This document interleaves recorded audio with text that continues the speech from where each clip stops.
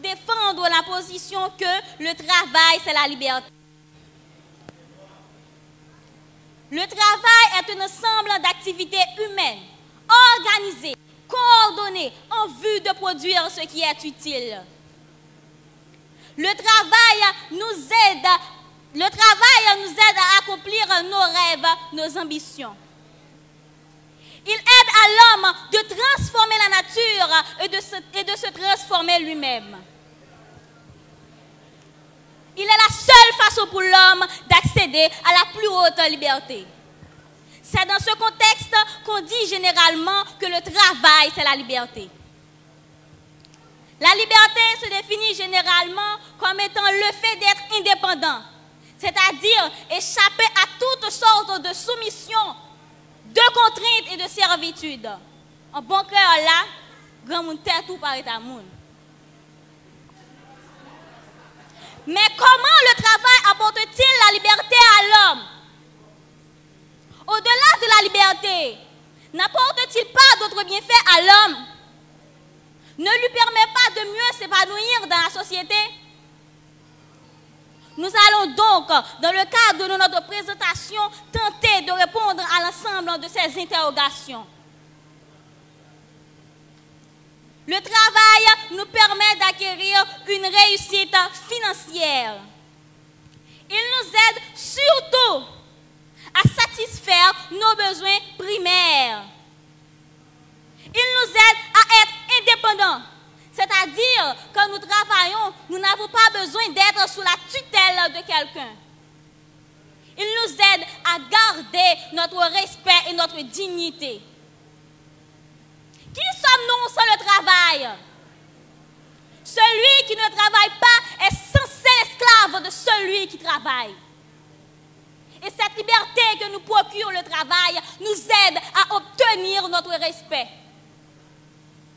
On prend exemple, on va vivre tout le temps en Haïti. Un jeune qui entre 20, 35, même 40 ans qui vivent là, qui parent toujours. Et la vivre là, qui parent toujours parce qu'elle n'a pas l'argent, parce qu'elle n'a pas de travail.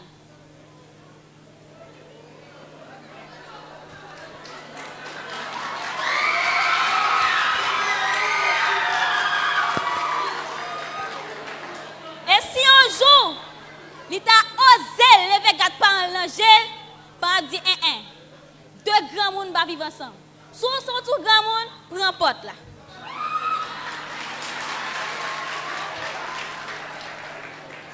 Au-delà de la liberté financière qu'il nous procure, le travail nous aide aussi à obtenir une liberté de se réaliser en tant qu'individu. La possibilité d'être utile aux autres. Selon Voltaire, le travail nous éloigne de trois grands mots. L'ennui, le vice et le besoin. Premièrement, il nous éloigne de l'ennui. Car ne rien faire affaiblit l'estime de soi et on a l'impression d'être un bon à rien. On a l'impression d'être inutile. Et les gens, à leur tour, n'hésiteront pas de dire, ils sont épaves. Deuxièmement, non seulement il nous éloigne du vice, mais aussi de la mendicité.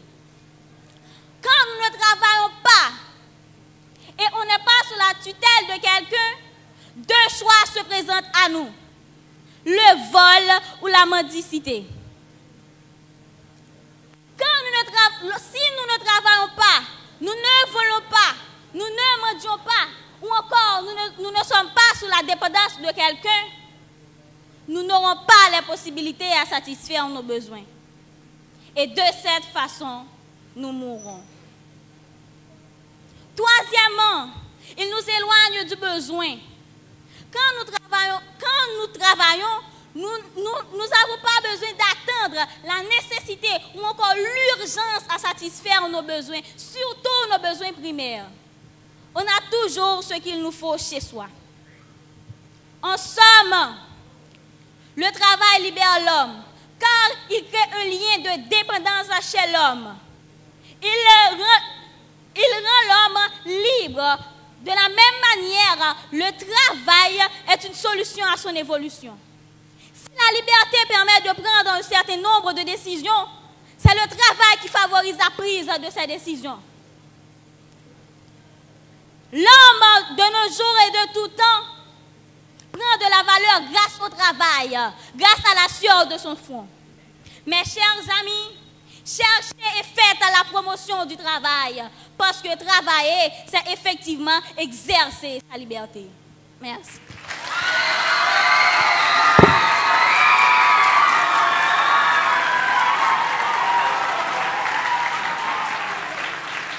On nous a toujours appris que sans le travail, on ne pourrait être homme, car il est ce qui garantit notre plein épanouissement et une vie confortable. Selon René Descartes, la liberté consiste en le fait de faire des choix libres et conscients. Cependant, le travail de la tétripalium renvoie à peine, souffrance, tourment et torture, donc absence de liberté. Assez souvent, on associe le mot travail à la liberté. Mais à quelle liberté fait-on allusion? Est-ce la liberté où on agit sans contrainte ou la liberté où on est dépendant de quelqu'un d'autre? Mesdames, messieurs, membres du jury, très chère assistance, chères compétitrices, nous allons dans un premier temps vous prouver que le travail ne peut en aucun cas substituer la liberté. En second temps, nous allons vous montrer en quoi résulte la liberté. Et finalement, nous allons vous montrer que le travail est parfois utilisé comme instrument de punition. Le travail ne peut en aucun cas être la liberté pour plusieurs raisons. Tout d'abord, le travail ne peut en aucun cas substituer la liberté. Il est vrai que que le travail s'impose à nous tous, puisque sans lui, on ne pourrait subvenir à nos besoins. On est contraint de travailler malgré vents et marées. Prenons le cas d'un ouvrier malade, rongé par la fatigue. Se levant un beau jour, malgré dans un état déplorable, il s'est bien obligé de se rendre au travail. Quoique en difficulté, pourvu que ses jours de congé ont été déjà tous épuisés. C'est la raison pour laquelle Victor Hugo dit « La motivation et le travail est la clé du succès, pas de la liberté. »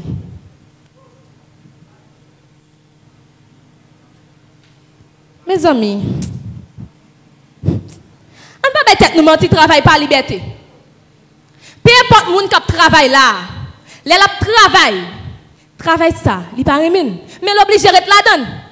Oui, c'est vrai. Nous apprenons métier nous remet, même pas toujours jouer une possibilité pour nous travailler sous métier nous remet. Et là ça, nous obligés, oui bien dit, nous obligés pour nous répondre à besoin nous faisons ça ne pas remet, nous résilions nous. C'est dans cette optique que René Descartes dit de la méditation métaphysique. La liberté consiste en le fait de faire des choix libres et conscients.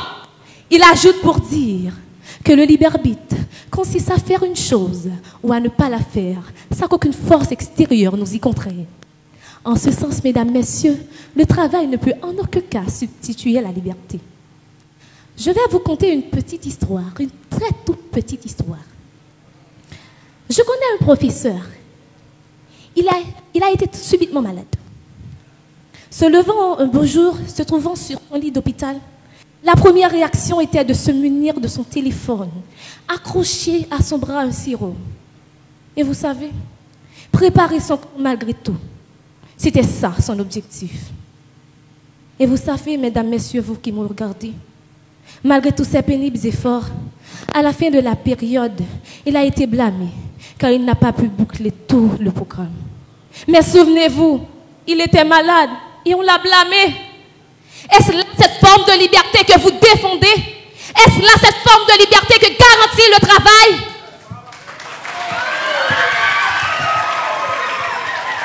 Il ne faut pas oublier, mesdames, messieurs, attendez, que le travail est aussi un instrument de punition. Car l'idéal voudrait que le travail soit libre dans certains pays du monde. Mais, au gré des constats, on remarque que le travail ne peut être la liberté. Car la liberté de travailler voudrait dire qu'on peut faire ce qu'on veut, où l'on veut et au moment où l'on juge nécessaire. Alors, l'employé est soumis au Code du travail. Et l'article 13 du Code du travail dit: le travailleur est dépendant de son employeur. C'est dans cette optique que nous citons ce grand philosophe Karl Marx dans ce fameux ouvrage Le Capital. Le domaine de la liberté commence là où s'arrête le travail par la nécessité. Tenant compte de ces paramètres, que le travail ne peut en aucun cas substituer la liberté, que le travail est un outil de punition, et comment et en quoi résulte la liberté?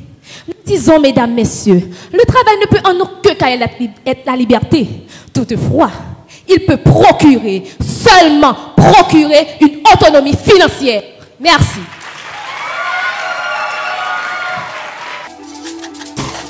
Si le travail n'est pas la liberté, j'aimerais savoir qu'est-ce qui peut nous rendre libres? Deuxième question.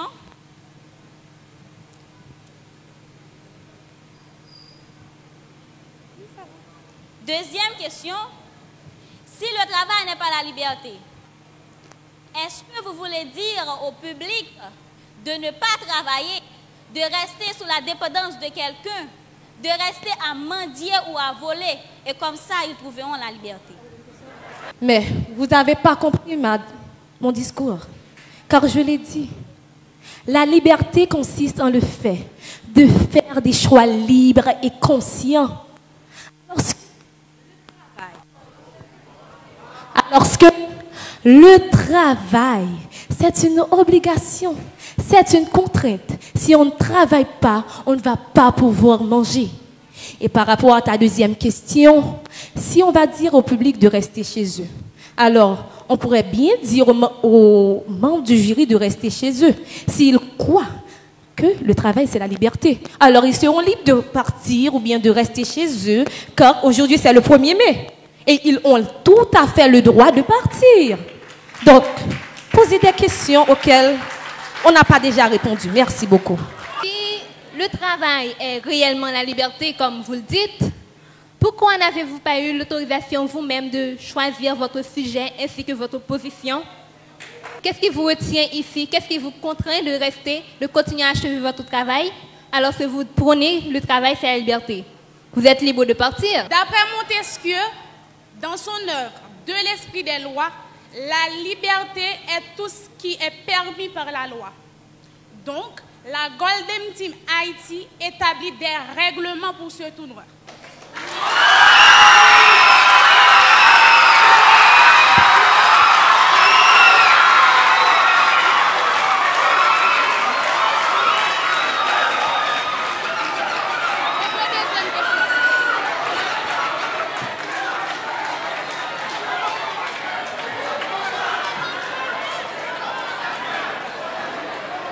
La deuxième question, s'il vous plaît. Alors, tout à l'heure, ma collègue vous a posé une question. Cependant, elle voudrait vous dire, quand vous avez dit que le travail c'est la liberté, alors, est-ce que vous vous opposez à Rousseau dans le contrat social qui dit la liberté est faite de contraintes? Non, la liberté n'est pas un libertinage.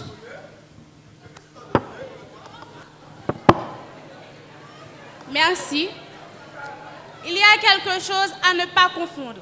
La liberté et le libertinage. Lorsqu'on est libre, on peut faire ce qu'on veut sans déranger les autres.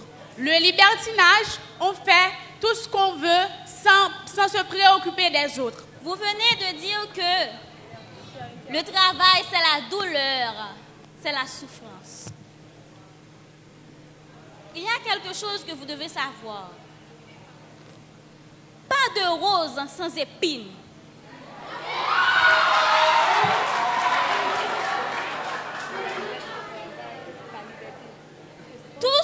est bon ou encore qui est utile dans la vie nécessite de la douleur, de la souffrance. Excusez-moi, ça me râle là. Mais moi, remarquez ou confondre travail avec bourriquet.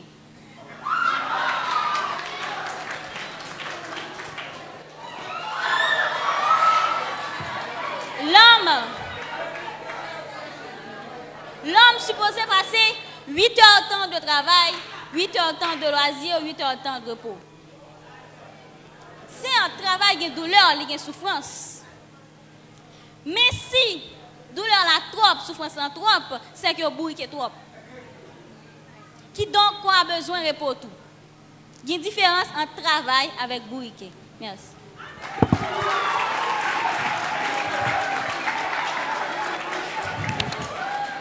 Marx est ce grand philosophe allemand qui a marqué son siècle par ses théories et qui sont encore valables 13 siècles plus tard. Pourquoi pas moi? Car il dit, le domaine de la liberté commence là où s'arrête le travail par la nécessité. En ce sens, mes compétitrices me démentir, c'est démentir Karl Marx. La notion de travail est liée à la production et à la rémunération. C'est produire un effort et percevoir une rémunération. Donc, si on travaille ou pas toucher, ça va travailler. Ça, c'est un service. Nous sommes capables de prendre, par exemple, bénévolat. Les volontaires de la Croix-Rouge. Ça, ils n'ont pas de travail. Ça, c'est service à prendre. À ne pas confondre, mademoiselle. Mais, vous avez confondu vous-même. On travaille. Ce soir. On est rémunéré ou pas? On peut être rémunéré en espèces ou en nature. Sachez-le, mes compétitrices. Vous soit dit comme ça, rémunération quand rémunéré soit en argent ou en espèces. Pas ce que dit? Vous ne comprenez pas le français?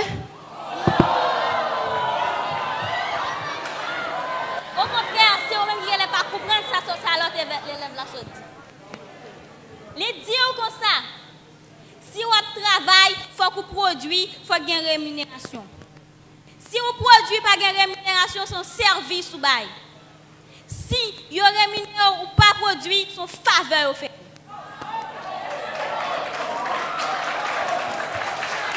Ça veut dire pas notre travail a deux concepts, production et rémunération. Une pas marcher sans l'autre. Si une marche sans l'autre, il pas travail, ils sont l'autre bagaille. Si Marx était là, il vous aurait sûrement dit, entre le salarié qui vend sa force de travail pour un salaire de misère et le patron, l'employeur qui recherche du profit, le plus-value compte sur le travail de l'employé. Donc, il n'y a pas de liberté. Il n'existe entre eux que rapport de domination et d'exploitation. Et que dit le Code du travail en ce sens? Il dit, je cite bien, à l'article 13, le travailleur est dépendant de son employeur. Et vous savez tous comme moi, là où il y a dépendance, il ne peut y avoir de la liberté. En ce sens, mademoiselle, faites vos recherches un peu mieux. Rémunération, c'est 2. En nature ou en espèce. Est-ce que la loi limite le champ d'action moun? C'est-à-dire, est-ce que la loi piétine la liberté moun dans le travail? Imposer moun, ou bien j'aime qu'à dire là, pas dire moun pas libre, mais il restreint la liberté là. Parce que sans ça, on n'a pas vivre en société. Sinon, tu as tombé dans le libertinage. Même dans l'article 4 du Code du travail là, le travail là est considéré comme forcé si le travail est exécuté par un individu qui sont menacés, un châtiment quelconque. Vous êtes clair sur ça.